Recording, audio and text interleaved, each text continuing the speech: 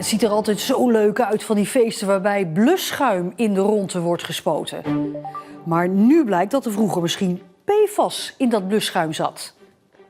En verder in deze Zeeland nu. Bezwaren tegen vestiging in Vlissingen.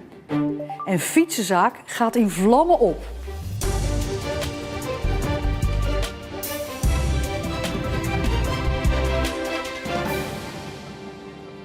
Goedenavond. Heeft de brandweer in het verleden PFAS-houdend blusschuim gebruikt bij schuimparties op Schouwen-Duiveland en Zeeuws-Vlaanderen? De veiligheidsregio Zeeland denkt van niet, maar weet het niet zeker. Want er is tot 2022 geen echte voorraadadministratie bijgehouden. Maar grondonderzoek op een van de feestplekken levert meteen een verhoogd PFAS-gehalte op. Naar aanleiding van een bericht over verwachte schadeclaims omdat de brandweer met schuim geoefend heeft waar PFAS-chemicaliën in zaten, kreeg Omroep Zeeland een bericht van een bezorgde inwoner van Schouwen-Duiveland, compleet met foto's. Ik kan mij nog herinneren dat er vele jaren in de zomer op campings en vakantieparken schuimparties werden georganiseerd door de jeugdbrandweer. Destijds zijn hier vragen over gesteld omdat niet duidelijk was wat voor schuim dit was. En wij het vreemd vonden dat jeugdbrandweerkorpsen hier überhaupt toestemming voor kregen. Het gaat hier ongeveer om de jaren 2013 tot en met 2017. Een tijd waarin de schadelijke effecten van PFAS nog niet erg bekend waren. Maar hoe dan ook lijkt het onwaarschijnlijk dat de VRZ hiervoor toestemming heeft gegeven. Daarom vroegen we het na. Veiligheidsregio Zeeland kende dit initiatief aanvankelijk niet, maar heeft deze activiteiten beëindigd op het moment dat wij er kennis van namen. Betrokkenen geven aan dat hierbij gebruik is gemaakt van PFAS-vrij oefenschuim. Deze informatie klinkt aannemelijk, maar kan door ons niet worden geverifieerd. We gaan ervan uit dat de stelling dat PFAS-vrij schuim is gebruikt correct is. Dat niet bevestigd of uitgesloten kan worden door de VRZ of er PFAS-houdend schuim is gebruikt, heeft een simpele, maar ook verbazingwekkende reden. De brandweer heeft tot 2022 geen blusschuimadministratie bijgehouden. Iets wat je wel zou mogen verwachten. We hebben wel een voorraadadministratie met wat we hebben ingekocht. Er is alleen geen registratie van gebruik tijdens oefeningen, onderhoud en inzet, omdat dit geen landelijke verplichting is. Niet gerustgesteld door dit antwoord laten we de foto's zien aan een blusschuimexpert. En die verklaart dat dit soort dik schuim in die tijd niet anders kan zijn dan PFAS-houdend. En dus wilden we de proef op de som nemen door wat grond te laten analyseren. De campings die we belden wilden daaraan niet meewerken. Maar hier op Westerschouwen, in dit huisjespark, konden we wat grond bemachtigen. En uit de analyse blijkt dat er fix verhoogde waarden PFOS in de grond zitten. Een soort PFAS die in blusschuim zat in die tijd. Wanneer we de VRZ vragen om daarop te reageren, wijzen zij naar de gemeente Schouwen-Duiveland. Die laat weten dat de manier waarop het grondmonster is genomen en het resultaat daarvan niet voldoende is om een conclusie aan te verbinden en zegt in gesprek te gaan met betrokkenen om te onderzoeken wat de vervolgstappen zijn om de gehele situatie in kaart te brengen. Of er destijds schuimparties zijn gehouden met PFAS-houdend blusschuim is een vraag die vooralsnog blijft hangen. Positief is wel dat het houden van een blusschuimadministratie nu is doorgedrongen en ingevoerd.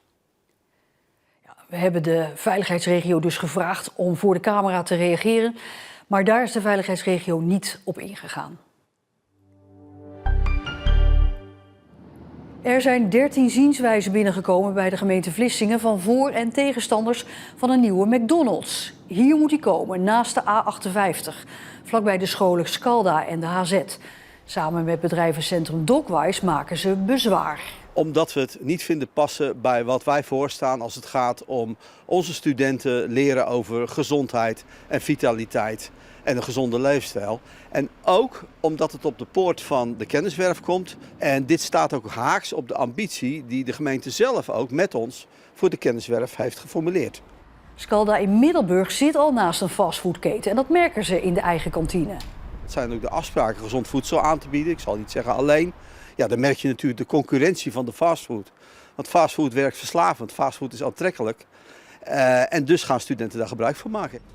De Vlissingse gemeenteraad gaat de zienswijze eind november bespreken. Jagers kunnen makkelijker ganzen gaan schieten in Zeeland. Ze mogen nu van de provincie dieren lokken met voedsel of geluiden. En ze mogen dat op meer uren van de dag. Ook mogen jagers dieren met een mes uit hun lijden verlossen. Deze maatregel is volgens het provinciebestuur nodig omdat de ganzenpopulatie groeit. En er ook steeds meer schadeclaims binnenkomen van boeren van wie gewassen worden aangevreten. De eigenaar van de fietsenwinkel in Schoondijken, Willy Tange, zag zijn levenswerk in vlammen opgaan gisteravond. De brandweer moest flink uitrukken en zorgde ervoor dat de brand niet oversloeg naar andere panden. Maar de winkel zelf is compleet verwoest. Dus ik deed de winkeldeur even op een kiertje en dan zag ik dat de winkel vol met rook staan. Dus ik zei direct tegen haar, wel 112, en pak het hondje mee en haal eens de andere deur naar buiten. De winkel is zwaar beschadigd, maar ook van zijn woonhuis is niet veel meer over. Ja, nu heb ik een broek van mijn schoonzoon, een onderbroek en voor de rest hebben we een jas van mijn zwager en voor de rest heb ik op met niks. Binnen is veel water- en rookschade, de fietsen en scooters zijn zwart door de roet en ook zijn LP-collectie heeft het niet gered. Ja, ik denk dat zal de smol zijn. En dat alles bij elkaar emotioneert hem. Slecht geslapen en gisteravond alles in de lucht, ja. Dus dat is zeer emotioneel. In 1990 nam hij het pand over en werd het omgedoopt tot Taco Tweewielers. En na 34 jaar is de fietsenwinkel een begrip geworden in Schoondijken. Ik word nu 69 en ik wou het nog een paar jaar volhouden. Maar nu weet ik nog niet wat gaat gebeuren. De oorzaak van de brand is vooralsnog niet bekend. Bij de kerncentrale in Borselen is vandaag een nieuwe simulator in gebruik genomen. Het gaat om een exacte kopie van de regelzaal van de kerncentrale, waar continu toezicht wordt gehouden door 4 mensen. Die worden opgeleid in deze simulator. De basistraining alleen al duurt 2 jaar. De simulator stond eerst in Duitsland, maar kon daar niet blijven omdat ze daar helemaal stoppen met kernenergie. Na jarenlange voorbereiding is de hele installatie nu naar Borselen gekomen. Uiteindelijk zijn we heel blij met deze keuze, want je ziet, er is iets moois ontstaan hier en je kan ook veel makkelijker nu mensen uitleggen hoe een kerncentrale werkt. En je kan mensen hier rondleiden en zo ziet een kerncentrale simulator eruit. En zo ziet de regelzaal in het echt er ook uit. En dat is het mooie, het is een hele rechtstreekse kopie van de bestaande centrales, 1 op 1. De gemeente Schouwen-Duiveland zoekt nabestaanden van de 10 van Renesse voor een herdenking op 10 december. Het is dan 80 jaar geleden dat 10 verzetsmensen uit de regio door de Duitsers werden opgehangen. De gemeente wil de 10 van Renesse eren en hun strijd herdenken. Afgelopen zomer ging hij van start aan de lijnbaan in Goes, een school voor minderjarige vluchtelingen. De school telt inmiddels 80 leerlingen uit asielzoekerscentra en noodopvangen. Op de speciale school leren ze vooral de Nederlandse taal en cultuur. De school opende net voor de zomervakantie haar deuren, maar ging eind augustus na de zomervakantie pas eigenlijk echt van start. De meeste leerlingen spraken nog geen woord Nederlands en sommigen waren analfabeet. En dat maakte de school net even anders dan een reguliere middelbare school. Ik ben blij dat ik ben in school, omdat onderwijs is belangrijk om de sleutel tot succes. 20.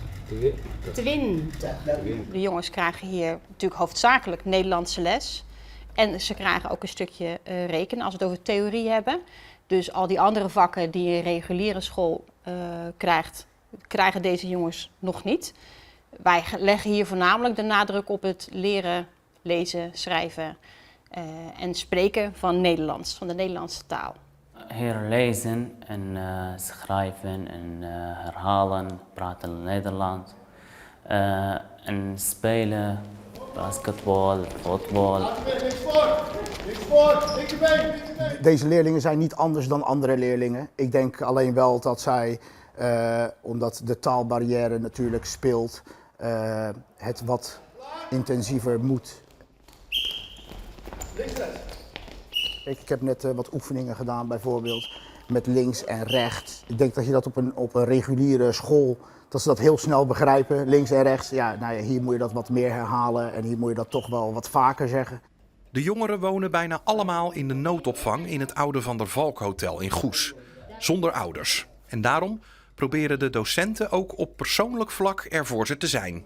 Er is meer ruimte voor een praatje, voor een arm om hun heen, aai op de bol. Dat stukje extra liefde en aandacht, ook dat krijgen ze van ons. Ja, want hoe belangrijk is dat ze dat krijgen? Heel belangrijk, denk ik. Heel belangrijk, want dat is het stukje wat ze nu niet meer hebben. Of nog niet hebben, of al lang niet hebben gehad. Ik ben voor sommigen zelfs wel, omdat ze nog heel jong zijn, misschien wel een soort moederfiguur.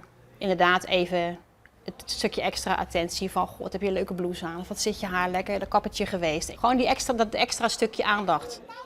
En met dat extra stukje aandacht werken de jongens hard voor een toekomst in Nederland of het land waar ze vandaan komen. Wat wil je later worden? Dokter. Dokter? Ja, ik wil dokter.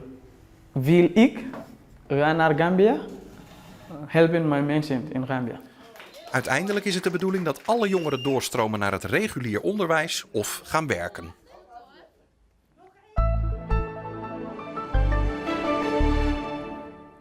Het was een bewolkte dag vandaag met af en toe een spettertje regen. En het werd in Zeeland zo'n 17, 18 graden. En dat wisselvallige dat blijft de komende dagen. Het wordt dan ook een graadje kouder. En meer nieuws ziet u op onze site.